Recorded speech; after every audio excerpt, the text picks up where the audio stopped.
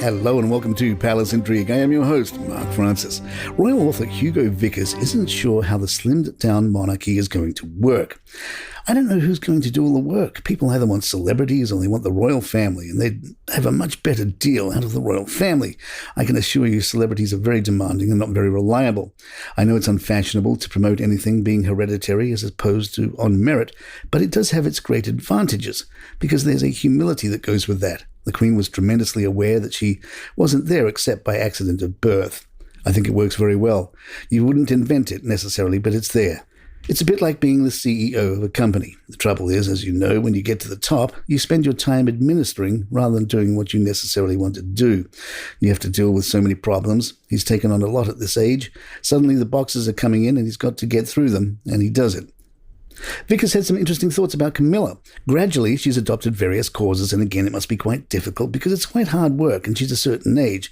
I don't mean to be patronizing, but she has this sort of slightly lazy streak in her character, which is actually very helpful because she's not at all vindictive. She's not taken revenge against any of the people who were nasty to her before. She's just let all that slide off her, which is very admirable. She just gets on with it.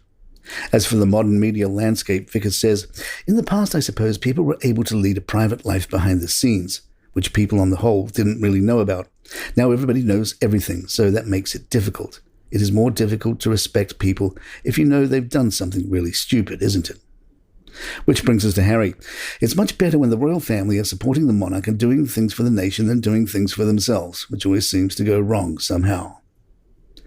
Body language expert Darren Stanton was watching Harry and Meghan during their visit to New York and noticed that Harry looked uncomfortable, which seems to be a recurring theme. Stanton said, I feel there are two sides to Harry. When he's on his own, like at the Invictus Games, he is incredibly relaxed. His shoulders will be down and he smiles a great deal. You can see a degree of calmness. When he speaks to the press on his own, he's incredibly passionate and authentic. He comes over really well and gets a lot of applause. But when Harry is with Meghan, he does have a dramatic shift in emotions in terms of how he comes over. We can see in a number of photos from the New York conference that she's beaming. She's got a big smile on, but he's looking like someone stole his sweets. His eyebrows are down and pulled together, displaying frustration and anger, and you think, why is Meghan displaying joy and happiness and he's not? I think he finds it frustrating because he's trying to achieve certain things, but with her there, his message gets diluted, and it's almost like having to share airtime, even though it's his wife. Just about every day there is a story about Meghan's popularity and or a makeover. Niall Gardner told Daily Express, US, Meghan is hugely unpopular on both sides of the Atlantic, and those levels are greater than those of Harry. All the money in the world will not repair her damaged reputation. It has been damaged beyond repair and has inflicted this upon herself, nobody else to blame. Even spending tens of millions of dollars on a PR makeover won't succeed. The American and British people can see right through that. Palace Intrigue will be right back. A big shout out to Susan Krause, who wrote, I love this podcast. He has created a #1 show. Thank you, Susan. William and Kate appeared on Going Home with Vic and Jordan on Radio 1 and were asked what they would be having for their evening meal when they got back to their home in Windsor. Kate asked, are you cooking? William, no, I think it will probably be a curry, won't it, tonight? Kate, so you're looking at me. William, it depends what time we get back. Yeah, it probably will be a curry or teriyaki salmon, something like that.